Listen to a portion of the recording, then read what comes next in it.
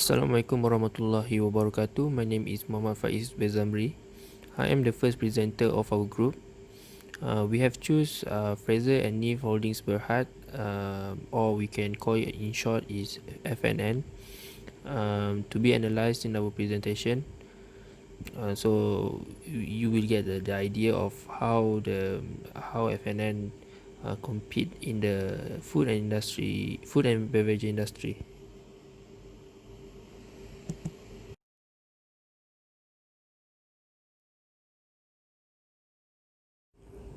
Porter's five forces will actually facilitate us in giving some analysis on the intensity of the competitiveness of a market. So there are five of them. First is supplier power. Supplier power is low as FNN has multiple suppliers, about 3,100 suppliers global and local in their approved list. The approved list will prevent them from put too much dependence on single supplier, which will lead to higher price for raw materials. FN also forward purchase key commodities that would enable them to monitor the trend of prices. Number two is buyer power. Almost every supermarket we can see they have the FNN products such as the sweetened milk can, 100 plus, ideal, and then there are substitutes for the product such as the Coca-Cola, Marigold milk, and also Dairy Champ. However, even though they have other competitors, their customers are preferred to choose F&N products and services as they have unique presentation in terms of their products and services. For example, F&N has their new purchase F&N sweetened creamer, which is safer than the canned milk and injury can be avoided. So because the can during the when we want to open the can, sometimes we could get hurt when we use something like a sharp knife or anything. So this can be seen as an effort to stay competitive in the market. Next, number three is competitive rivalry. The competition with rival is high because what we know in the food and beverage industry is almost every company can be considered as giant in the food and beverage industry, such as the Ethical Holdings, which is they are producing Revive isotonic drink, Dutch Lady, Marigold, and also Nestle. So basically, the competitors use the strategy of producing the high quality products to their customer, and also they want to offer to their customer in cheaper prices. This can be a threat to FNN, which is they need to come up with a better strategy to compete with their competitors in the industry. Number four is threat of substitution. There are many substitutions or alternative to FNN products in the market that offer various unique features that may attract customers. Preferences of customers may change over time as they want to experience different features of products. The marketing and advertising of competitor also will actually give significant impact to profitability of FNN. Lastly, threat of new entrants. Threat is low for new entry as the market is very competitive. New entry will need to have a bigger investment to compete in the market. As I said before, there are many well-known companies in the industry, which is they have a unique strategy, they have a loyal customers. So,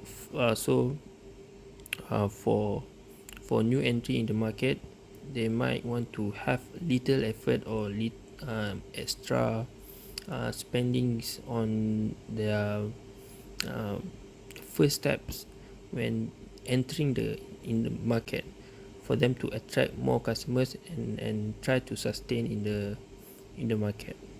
So Nestle, Coca-Cola, Dutch Lady can be considered as giant in the industry as they have their own unique strategy and loyal customers. So basically, this is what I mentioned before. Thank you. I will pass the to our next presenter.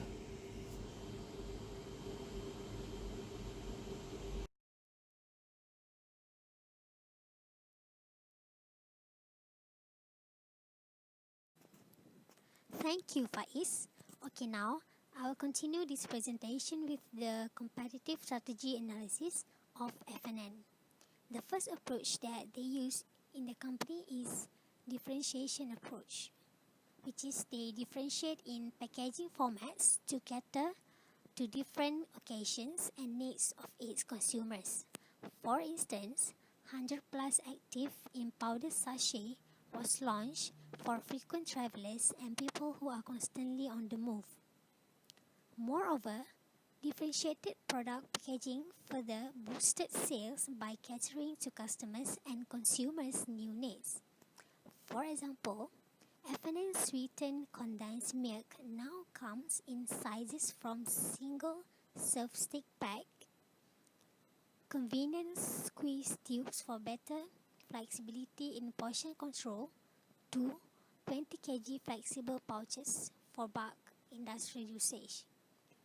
Other than that, F&N also drove product applications according to different export market needs.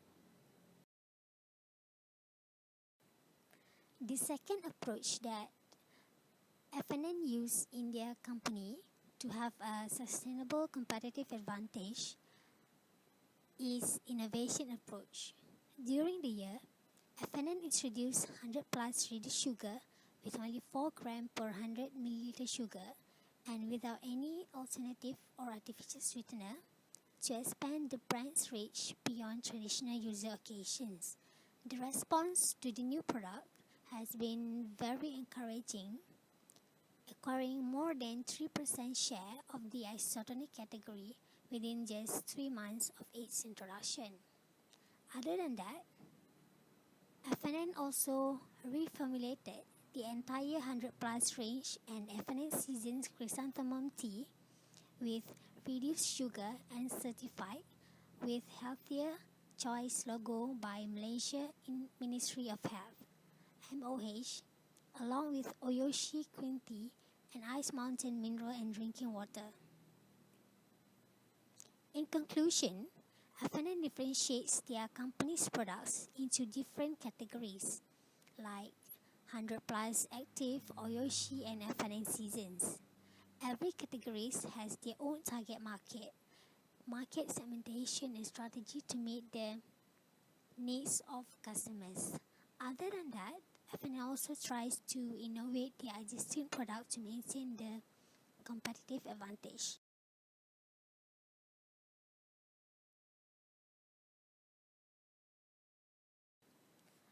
For corporate strategy analysis of F&N, the company uses growth strategy, which it proposed acquisition of 4,454 hectares of leasehold land in Perlis to develop the upstream fresh milk operations. F&N intends to expand fresh milk consumption in Malaysia while reducing the country's reliance on milk imports to meet the nutritional needs of the nation's growing population. In the longer term, the land bulk in Perlis will be capable of hosting 20,000 milking cows to produce 200 million liters of fresh milk yearly, providing the capacity for Malaysia to potentially export fresh milk. My name is FARHANA, and I will continue to present on financial analysis of FNN Holdings Berhad. So we have been analyzed for 4 types of ratio, which are liquidity ratio, leverage ratio, efficiency ratio, and profitability ratio. As for my part, I will explain more on liquidity and leverage ratio. So what is liquidity ratio? Liquidity ratio is computation that is used to measure a company's ability to pay its short-term obligations without raising external capital. It is so important for a company's financial health. Basically, there are 3 common measurements that fall under the categories of liquidity ratio, which are current ratio, quick ratio, and also cash ratio. Let's move to the first measurement of liquidity ratio, which are current ratio. Current ratio is the company's ability to pay off its current liabilities within 1 year with its current assets such as cash, account receivables, and inventories. The formula for current ratio is current ratio equal to current assets divided by current liabilities. The higher the ratio, the better the company's liquidity position. As you can see in the table shows the performance of current ratio for FNN Holdings Berhad for the past 4 years, which are 2016 until 2019. It can be concluded that FNN Holdings Berhad improved its liquidity position from 2016 to 2019. In 2019, it shows more favorable than other years because it has the highest amount of current ratio, which is 2.21 times. The higher the current ratio, the more capable for FNN Holdings Berhad to pay off its obligations because it has a large proportion of short-term assets value relative to the value of its short-term liabilities. The second measurement of liquidity ratio is quick ratio. Quick ratio is the ability of the company to meet its short-term obligations with its most liquid assets without having to sell any of its inventory to do so. Inventory is the least liquid asset, that's why it should be excluded from its current assets. Quick ratio also known as asset test ratio. So for the formula of quick ratio is quick ratio equal to current asset minus inventory divided by current liabilities. So the table shows quick ratio for FNN Holdings Berhad for year of 2016 until 2019.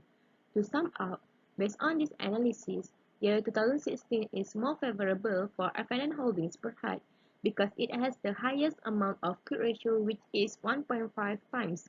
It shows that FNN Holdings Berhad was able to pay off its current liabilities without selling any long-term assets because a quick ratio that is greater than 1 means that the company has enough quick assets to pay its current liabilities. Let's proceed with the third measurement for liquidity ratio, which is cash ratio. Cash ratio is the ability of the firm to pay off its current liabilities with only cash and cash equivalents. The cash ratio is more restrictive than the current ratio or quick ratio because it is the only way to pay current debt by using cash. Most of the creditors will look at cash ratio because they want to see if the company has sufficient cash balance to pay off all of their current debts. The formula of cash ratio is cash and cash equivalent divided by current liabilities.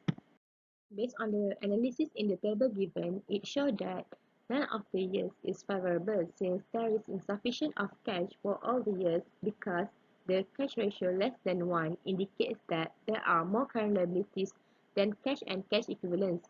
The cash ratio may not provide a good overall analysis of a company as it is unrealistic for companies to hold large amounts of cash. But from the table given, in year 2016, it showed the highest cash ratio than other years. It indicates that FNN Holdings Berhad only has enough cash and cash equivalent to pay off 77% of their current debt. This is a fairly high ratio, which means that FNN Holdings Berhad maintains a relatively high cash balance during the year. That's all for liquidity ratio. I will move to the next ratio, which are leverage ratio. A leverage ratio indicates the level of debt incurred by a business entity against several other accounts in its balance sheets, income statements, or cash flow statements. A high ratio indicates that a business may have incurred a higher level of debt that it can be reasonably expected to service with ongoing cash flows. It also will give more risky to lenders. There are two main leverage ratios, which are debt ratio and debt to equity ratio. The first measurement of leverage ratio is debt ratio.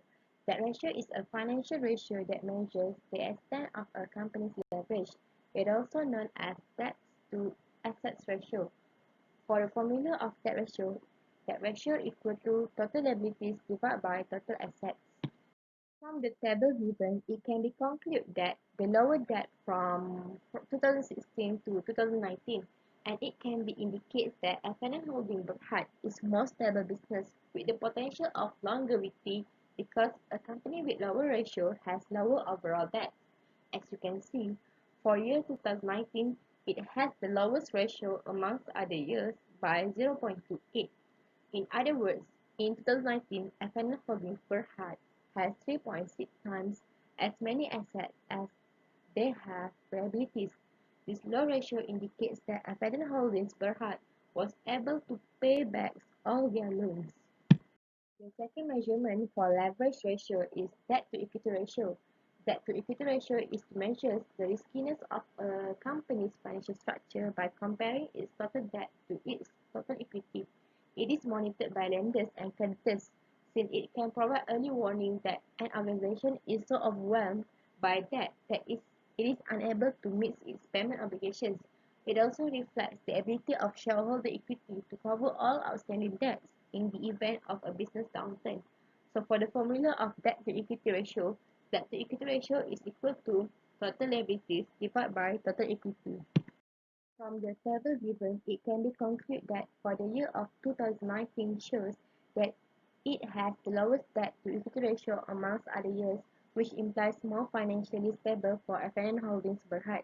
For year 2016 and 2017, the debt to equity more than 0.5, which is quite high ratio, indicates that there are half as many liabilities than equity.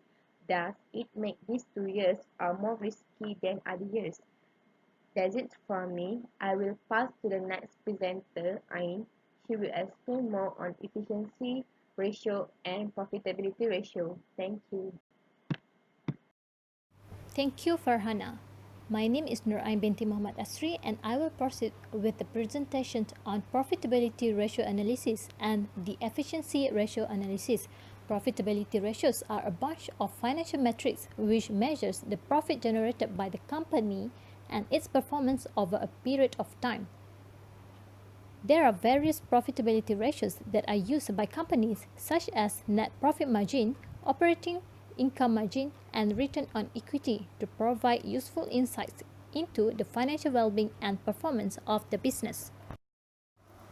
First is net profit margin. Net profit margin reflects net income generated by each ringgit of sales. High net profit margin means that a company is able to effectively control its costs and provide goods or services at a price significantly higher than its cost. Net profit margin of FNN Berhad in year 2019 has the highest percentage as compared to year 2016 to 2018 due to efficient management, low cost, and strong pricing strategies. Next is operating income margin. Operating income margin ratio is the ratio of operating income to the revenue of the business. A company with higher operating margin ratio is financially sound since it can easily pay its fixed costs and interest on the debt. From the calculation, it shows that in 2019, FNN Berhad has the highest operating income margin out of 4 years starting from 2016. This indicates that the company is generally more well equipped to pay for fixed costs and interest on obligations. Next is return on equity. Return on equity ratio measures the ability of a company to generate profits from the stockholders' investment. If the value of the return on equity ratio is high, that would mean the usage of investors' fund is efficient. From the calculation, we can say that return on equity of FNN Berhad shows a declining trend from year 2016 to 2019.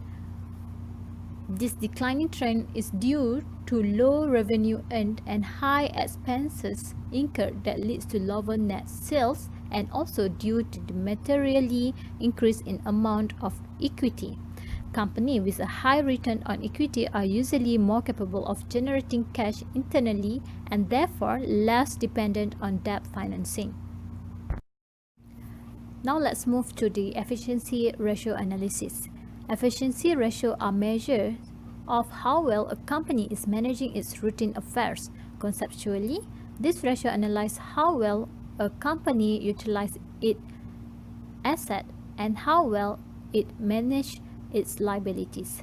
Efficiency ratio can be analyzed by calculating account receivable turnover and inventory turnover. Account receivable turnover measures how efficient a company's credit policies are and indicates the level of investment in receivables needed to maintain the firm's sales level. Higher account receivable turnover is better for any company, since if it's too low, it indicates that a company is having difficulty in collecting from its customers, or it is being too generous with granting credit. Account receivable turnover of FNN Berhad are 6 to 7 times per year for these 4 years. This means that the company can turn its account receivable into cash 6 to 7 times per year. In other words, the account receivable turnover ratio measures how many times a business can collect its average account receivable during the year. Next is inventory turnover ratio. It measures how efficiently a company manages its inventory. A lower inventory turnover ratio indicates that a company is not managing its inventory well. It may be overstocking, or it might have an issue with sales. A high inventory turnover ratio is always better because it indicates that inventory does not remain on shelf but rather turns over rapidly. From the calculation, we can see that inventory turnover ratio for FNN Berhad from years 2016 to 2019 is remained the same. This determines the number of times the inventory is purchased and sold during the entire fiscal year. For FNN Berhad is 5 times. That's all from me. So I will pass the presentation to the next presenter, Fatin Izzati. Thank you. Next, let's move to the SWOT analysis. SWOT analysis is powerful tools to help the company to develop their business strategy, whether for startup or guiding an existing company. Strengths and weaknesses are internal to the company, which think that have some controls that can be changed, while opportunities and threats are external, which think that are going outside of the company in the larger market. In the SWOT analysis, there are consists of strengths, weaknesses, opportunities, and threats. First of SWOT analysis is strength.